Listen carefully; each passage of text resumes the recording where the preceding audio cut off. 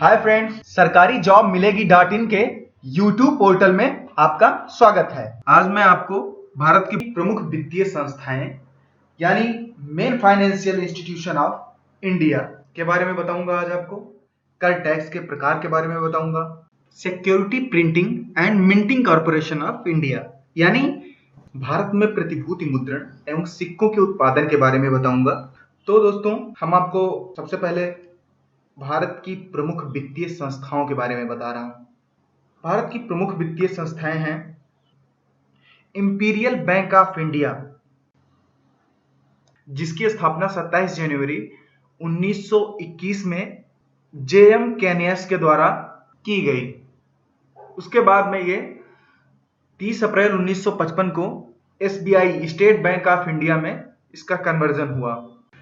इस संस्था का मुख्य उद्देश्य है लोगों को वित्तीय सहायता पहुंचाना और देखभाल करना। इस इंपीरियल बैंक ऑफ इंडिया को आज हम स्टेट बैंक ऑफ इंडिया के नाम से जानते हैं।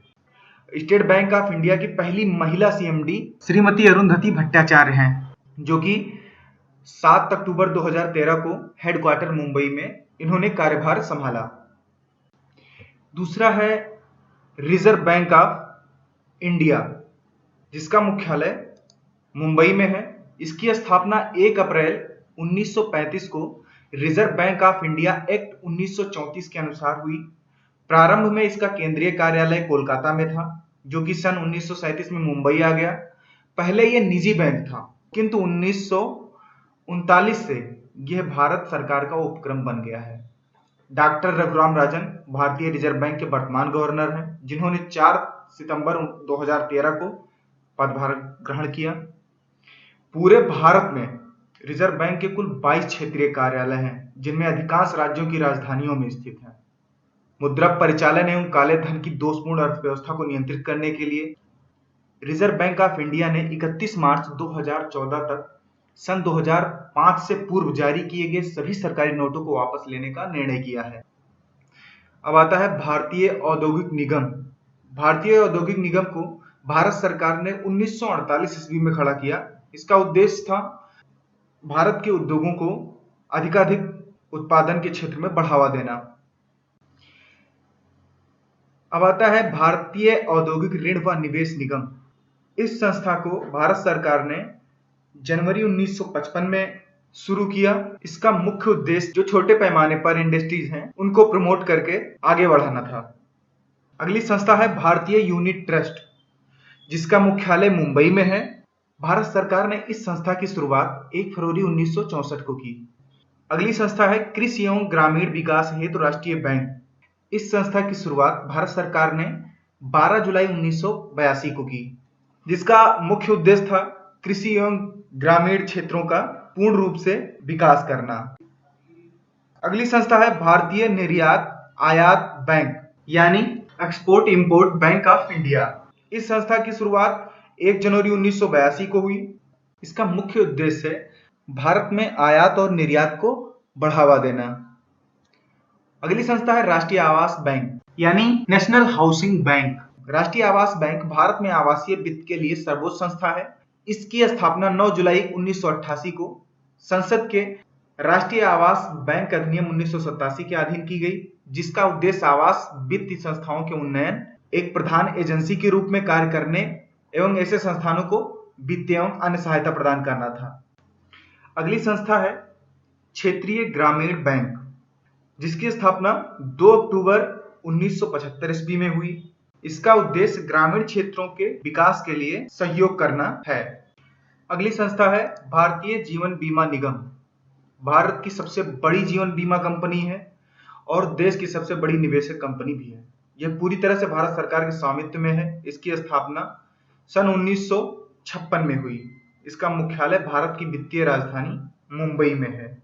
भारत जीवन बीमा निगम के 8 आंचलिक कार्यालय और 101 संभागीय कार्यालय भारत के विभिन्न भागों में स्थित हैं। इसके लगभग 2048 कार्यालय देश के कई शहरों में स्थित हैं और इसके 10 लाख से ज्यादा एजेंट पूरे भारत में फैले हुए हैं। अगली संस्था है राष्ट्रीय कृषि एवं ग्रामीण विकास बैंक नाबार्ड।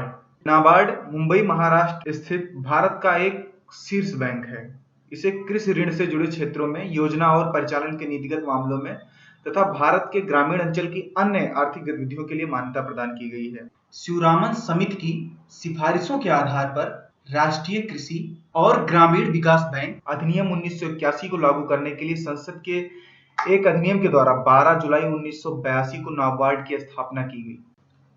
दोस्तों, अब हम आगे बताते हैं आपको कर यानी टैक्स के प्रकार। इनमें सबसे पहले है प्रत्यक्ष कर। प्रत्यक्ष कर आयकर, संपत्ति कर, उपहार कर के रूप में लिया जाता है।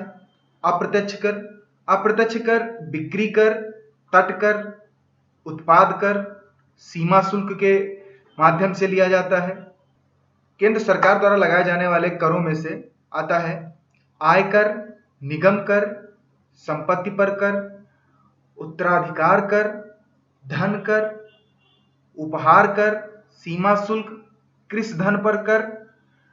और राज्य सरकार द्वारा लगाए जाने वाले कर कुछ इस प्रकार हैं: भू राजस्व कर, कृषि आय कर, कृषि जोत कर, बिक्री कर, उत्पादन कर, मनोरंजन कर, स्टाम्प शुल्क कर, पथ कर, मोटर वाहन कर और व्यवसायिक कर।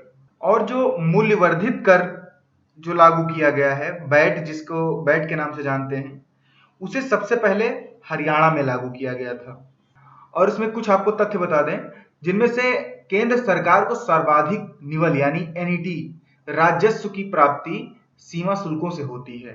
सीमा शुल्क से प्राप्त राजस्व का बंटवारा राज्यों को नहीं करना होता है। कर ढांचे में सुधार के लिए सुझाव देने हेतु चलैया समिति का गठन अगस्त 1991 में किया गया था। छोटे व्यापारियों के लिए एक मुफ्त आयकर योजना की सिफारिश चलैया समिति ने की थी। चलैया समिति ने गैर कृषकों की 25,000 रुपए से अधिक की वार्षिक कृषि आय पर आयकर लगाने की संस्तुति की थी।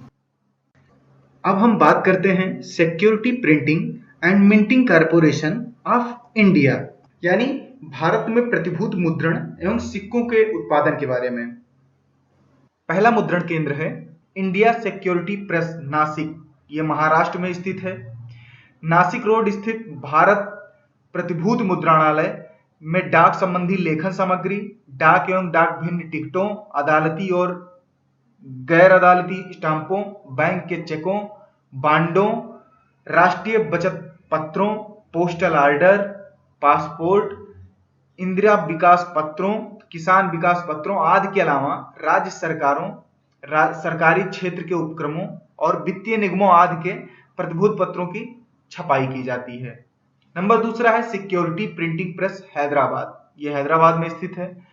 सिक्योरिटी प्रिंटिंग प्रेस हैदराबाद की स्थापना दक्षिण राज्यों की डाक लेखन सामग्री की मांगों को पूरा करने व पूरे देश को केंद्रीय उत्पाद शुल्क की स्टाम्प की मांग को पूरा करने के लिए 1982 में की गई थी, ताकि भारत प्रतिभूत मुद्रणालय नासिक रोड से उत्पादन की अनुपूर्ति की जा सके।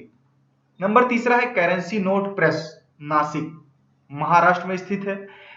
नासिक रोड स्थित करेंसी नोट प्रेस 10, 50, 100, 500, 1000 रुपए के बैंक नोट छापती है और इसकी पूर्ति करती है। चौथा है bank note press, Dewas, Madhya Pradesh. Dewas स्थित बैंक नोट प्रेस 20 रुपए, 50 रुपए, 100 रुपए और उच्च मूल्य वर्ग के नोट छापती है। बैंक नोट प्रेस का स्याही का कारखाना प्रतिभूत पत्रों की स्याही का निर्माण भी करता है। नंबर 5 है शाहबनी मैसूर भारतीय रिजर्व बैंक नोट मुद्रण लिमिटेड। दो नए एवं अत्याधुनिक करेंसी नोट प्रेस मैसूर यानी कर्नाटक तथा साल्बोनी पश्चिम बंगाल में स्थापित किए गए हैं। यहां आरबीआई के नियंत्रण में करेंसी नोट छापे जाते हैं। नंबर 6 है सिक्योरिटी पेपर मिल, होशंगाबाद, मध्य प्रदेश। बैंक और करेंसी नोट, कागज तथा नॉन जुडिशियल स्टाम्प पेपर की छपाई में प्रयोग होने वाले कागज का उत्पादन करने के लिए सिक्योरिटी पेपर मिल होशंगाबाद में 1967 और 68 में चालू की गई थी।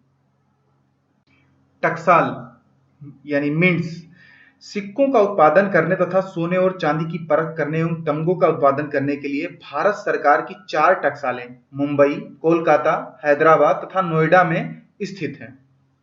मुंबई, हैदराबाद और कोलकाता की टकसालें काफी समय पहले क्रमशः 1830, 1903 और 1950 में स्थापित की गई थी, जबकि नोएडा की टकसाल 1989 में स्थापित की गई थी। मुंबई तथा कोलकाता की टकसालों में सिक्कों के अलावा विभिन्न प्रकार के पदकों यानी मेडल का भी उत्पादन किया जाता है। दोस्तों, अगर आपको इस वीडियो से संबंधित कोई सुझाव देना है या कोई टॉपिक बताना है तो आप कमेंट बॉक्स में जाकर कमेंट कर सकते हैं।